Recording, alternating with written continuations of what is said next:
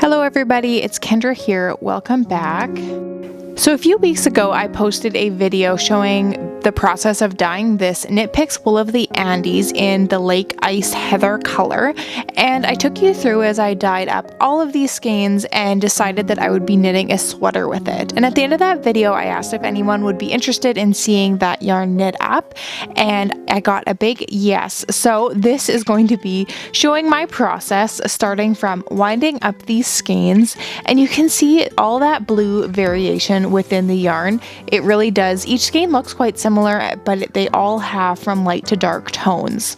I am knitting my sweater with my Xiaogu needles, and I'm using the Autumn League Pullover Pattern.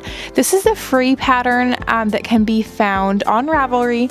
And there's the free version that's on a blog post, or else I believe it's $3 to download a PDF that has no ads or anything on it.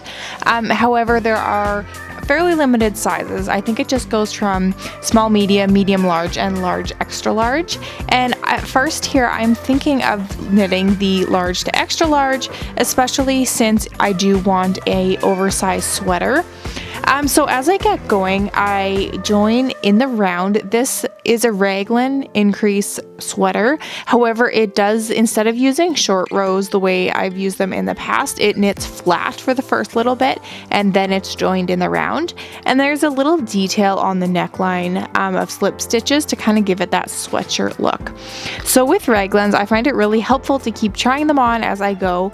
And with this sweater, I want it to be oversized, but I don't want to be like swimming in it. And I just, as I'm starting to get really worried about this neckline here because it's looking so square. Now for this neckline, it calls for you to pick up the stitches and to knit a 1x1 rib, and then to do it as a folded brim style where you knit quite long and then fold it in half and seam it, or use a professional cast on with your folded brim. So for me, I'm deciding at this point I want to stop and do that neckline, because if I'm not happy with it, why bother with the rest of this sweater basically.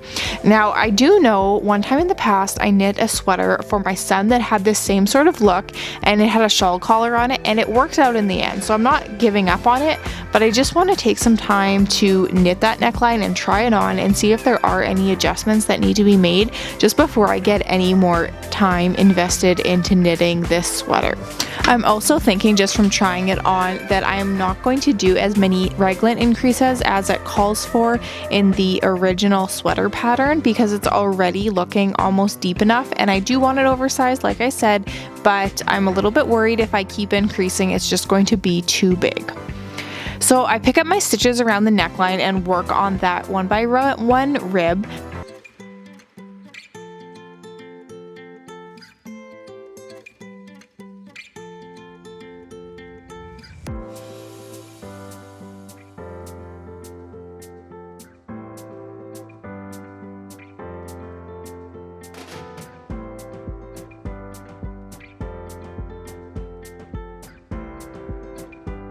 So here's a before I sew it down. It looks so long, and even after it's sewn, it does look bulky, and I decided to keep knitting on the sweater, and I'm really hoping that blocking it and helping it will help it lay flat, especially since it was newly seamed there.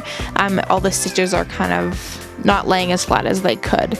So I'm going to keep going, and I decide to just split for the sleeves since I don't want to keep knitting to the extra large or the large extra large size. So I just take the stitches off for the sleeves and cast on a few stitches for underneath the sleeve area, and then really I'm just knitting in the round. Now if you go check out the pattern, you'll notice that it does call for you to knit the front and the back separately, but I am not going to do that. I'm just going to knit it in the round and keep trying it on until it's a length I'm pretty happy with before switching to the ribbing. The ribbing also calls for a split hem, which somehow I totally forgot as I was knitting it. I was planning on including that detail, but just once I got knitting at this point, I thought I could just kind of do my own thing to finish it up, but unfortunately that's kind of what happens. You can see the neckline is looking better at this point, and I'm hoping that only improves and it's not going to be the thing I find most annoying about this sweater at the end of it all.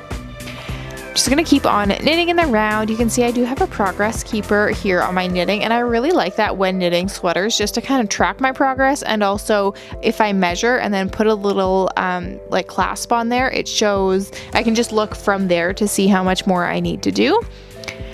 So I keep on the sleeves, and this is my sweater before blocking.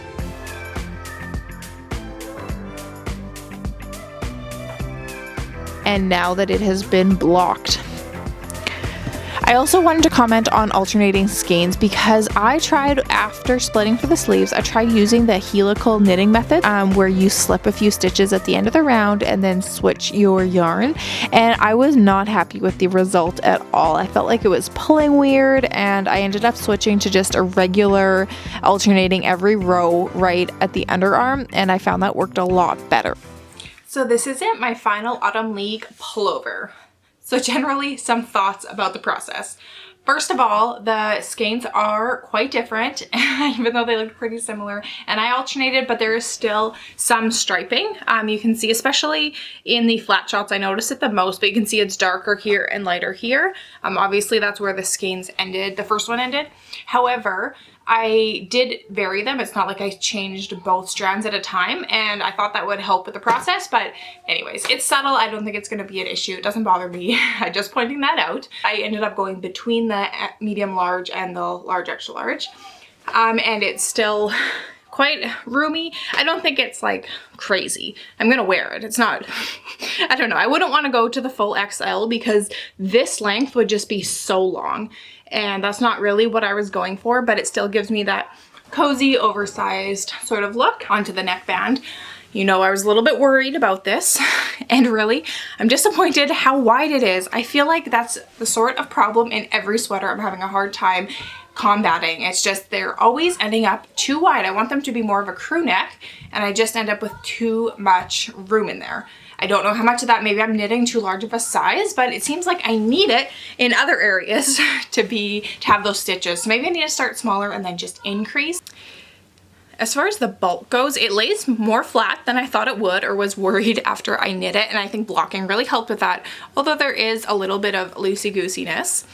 I also didn't decrease in the sleeves. I ended up just doing a final decrease right before the sleeve ribbing, and I really like that. I think it really kind of adds to the oversized sort of look, but yet it's still holding tight to my wrist. It's not, wow, this one's a little loose.